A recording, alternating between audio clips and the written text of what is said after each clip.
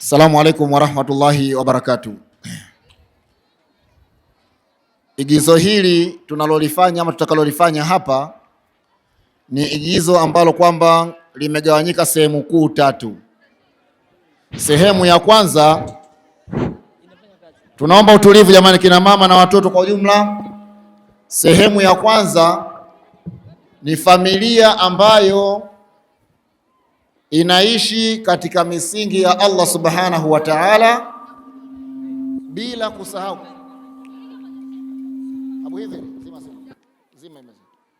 familia ambayo inaishi katika misingi katika dini ya Allah subhanahu wa ta'ala, kusomesha watoto dini pamoja na kuwasomesha watoto elimu ya shule. Na familia ya pili ni familia inayoishi yenyewe imebezi katika misingi ya kusomesha watoto shule tu, elimu ya dini haina manufaa kwao wala haina faida. Hiyo ni sehemu ya pili. Sehemu ya tatu tutaisikia ama tutaona jamii tunayoishi nayo ya sasa ni jamii ya aina gani, ipo katika misingi ambayo Allah anairidhia au katika misingi ambayo kwamba Allah hairidhii. Kwa limegawanyika sehemu kuu tatu.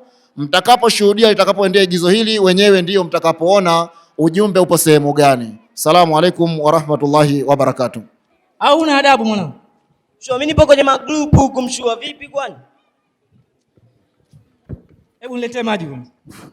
Mshua ni mimi kweli nikakufuatie maji? Unashinda kwa nini kunipata maji? Asalamu alaykum. Wa alaykum salaam. Habari za sasa? Asalamu alaykum. Swali tu. Si mbona nasikia makelele hapa? Yaani unanijibu hivi? Yaani mshua tu wewe utanitumaje mimi maji? Hapana, usipani kaka. Yaani unajua jinsi gani? Hapana. Ndio sawa, nachana nayo mambo bwana. Wewe vipi bwana? Unasema hapana. Sio vipi bwana? Wewe mtoto, mbona unatuma maji na baba yako anakuwa mwenye kujibu hivyo? Hata nitumaje mimi mwanasheria bwana Yaani mimi mtu mzima bwana. Kwa elimu yako ndio inakufanya umdharau baba yako ambaye amekusomesha? Mimi nipo kwenye magrupu, kuna chat, nataka nipate kazi, au si? Yaani wewe unachofanya sio sahihi. Kwa nini yani baba yako anakutuma au hutaki? Inaonekana hata katika jamii ambayo unafanya kazi huko hamna kitu ambacho unakifanya zaidi ya kuwadhulumu watu. Hem, toka hapa nenda kawachukulie maji. Nenda huko, toka hapa. Toka hapa nenda kamchukulie maji huko. Sasa sikilizeni. Wewe baba mdogo na wewe mshua. Ilibakia hivi nikiwa. Unasema hapana. Nimemlea kwa sababu hamna. Nimemsomesha kwa shida zote. Ndo watoto. Ndio mimi. Hapana. Ndo watoto. Inabidi tuliza. Ukivi hivyo utakufa. Shua nakwambia ni wewe baba mdogo na wewe ningeweza. Tulia, nenda kachukue maji huko na wewe. Toka hapa sasa hivi. Sikiliza. Kwani shida nini? Mbona inakuwa hivyo? Wewe si mwanao lakini. Mwanangu, shua maji yako hiyo hapo bwana. Kwamba huko chuo ndo tabia zenyewe zilivyo, si ndio hivyo? Kweli kabisa. Kwa inamaanisha kwamba huko chuo anafundishwa hivyo. Kabisa. Ndio maana hana adabu. Pole sana, inabidi ongee na mwanao. Ongea naye sana mwanao, kwa sababu ni mtihani mzito sana. Atakuelewa. Wala usikate tamaa, lakini usipaniki kwa mtoto wako. Nashukuru kwa maneno yako. Ni mwanao huyo.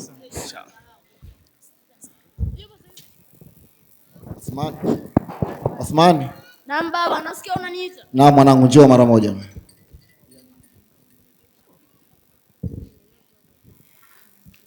Naam baba, je, kuna tatizo lolote? Mwanangu, nina shida kidogo. Naam. Babako unajua ninavyoumwa.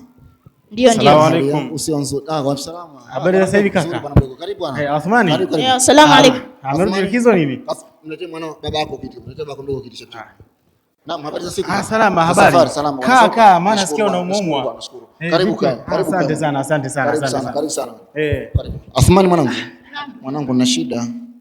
Nimekuita. Nina shida, unisaidie shilingi 10,000 mwanangu. Nataka kanunue.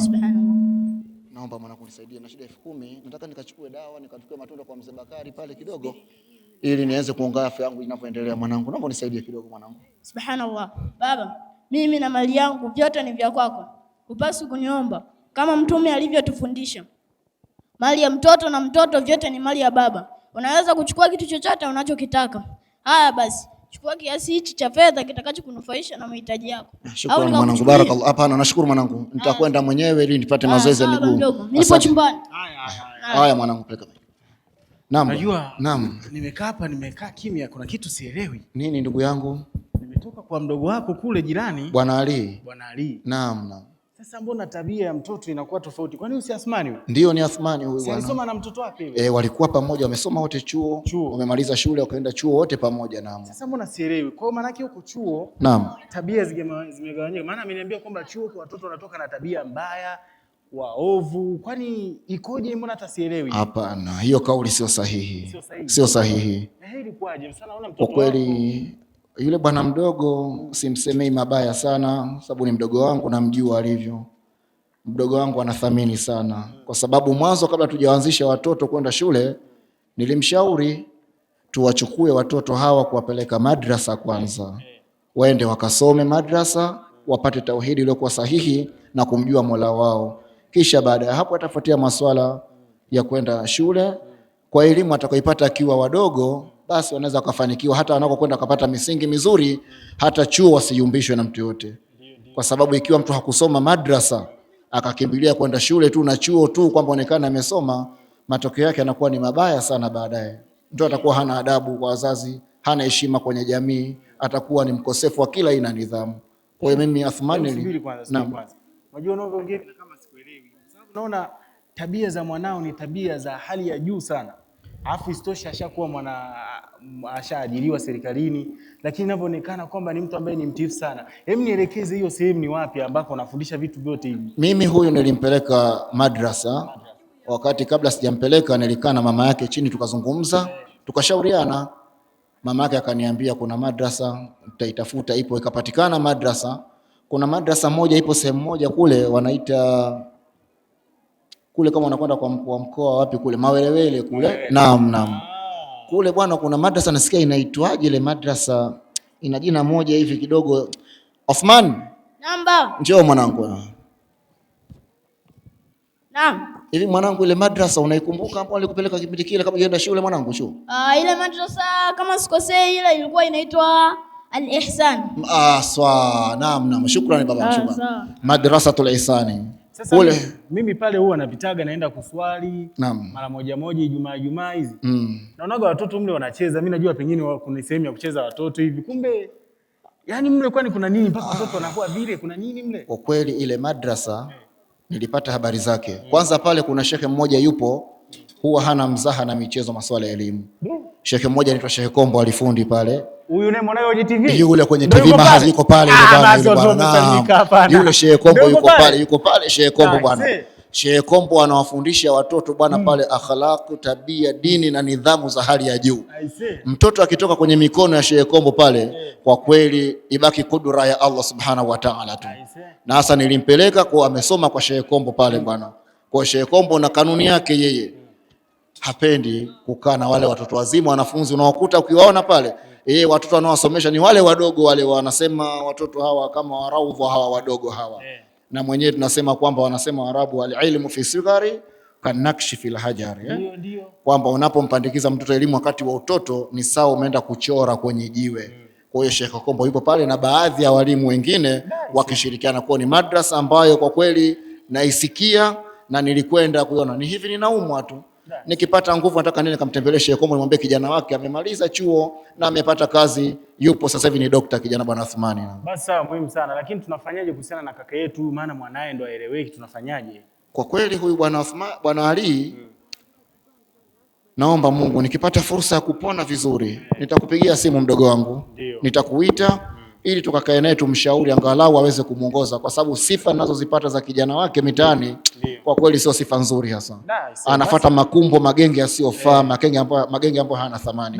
Kwa nitakuita, tutakwenda kwa bwana Ali tukazungumze naye hilo swala. Inshallah nitajitahidi sana kwa hivyo, kwa sababu ni mtihani sana. Athmani, huleti maji hata kwa babako? Hapana. Nipo bwana, karibu bwana. Nashukuru sana. Karibu sana bwana. Karibu. Shukrani bwana. Karibu bwana. Asante. Shukrani. Kila la kheri bwana. Salimie shemeji bwana. Tamu sana. Umejitahidi kupika ya jana, umepunguza maji nini? Hamna, mbona bwana uliponyoka sinaelewa tena mishemishe nyingi tena.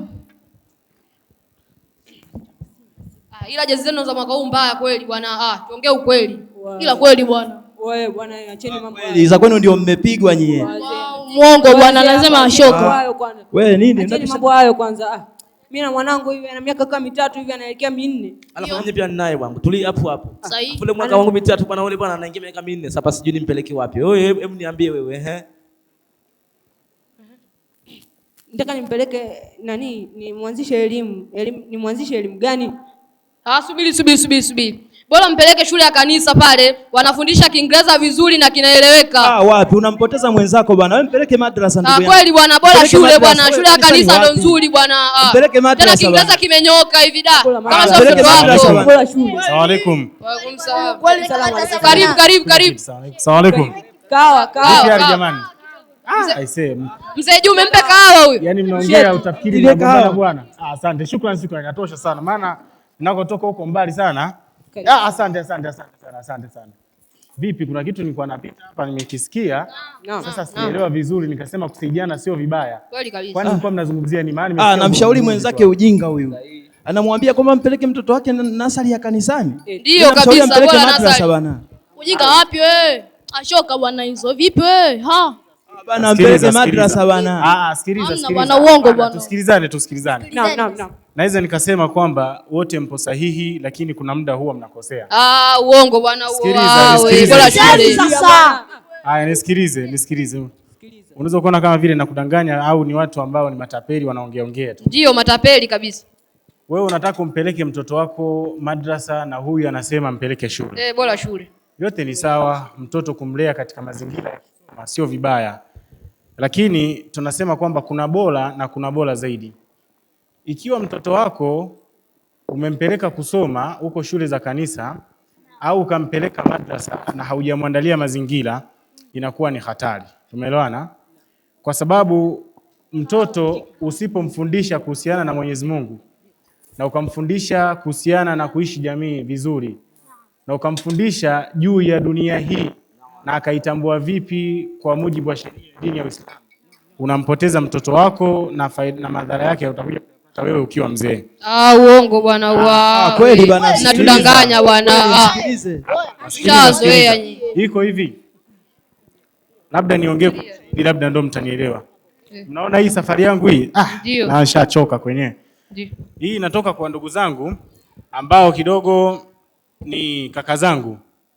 Hao wana watoto wawili ambao mmoja kaka yake mtoto wake alimpeleka katika kusoma dini, lakini akamsomesha hadi chuo sekula. Manake alipompeleka mtoto huyu ikaonekana na misingi mizuri, lakini kwa sababu tu amemtanguliza kumjua Mwenyezi Mungu, lakini akamfundisha maadili.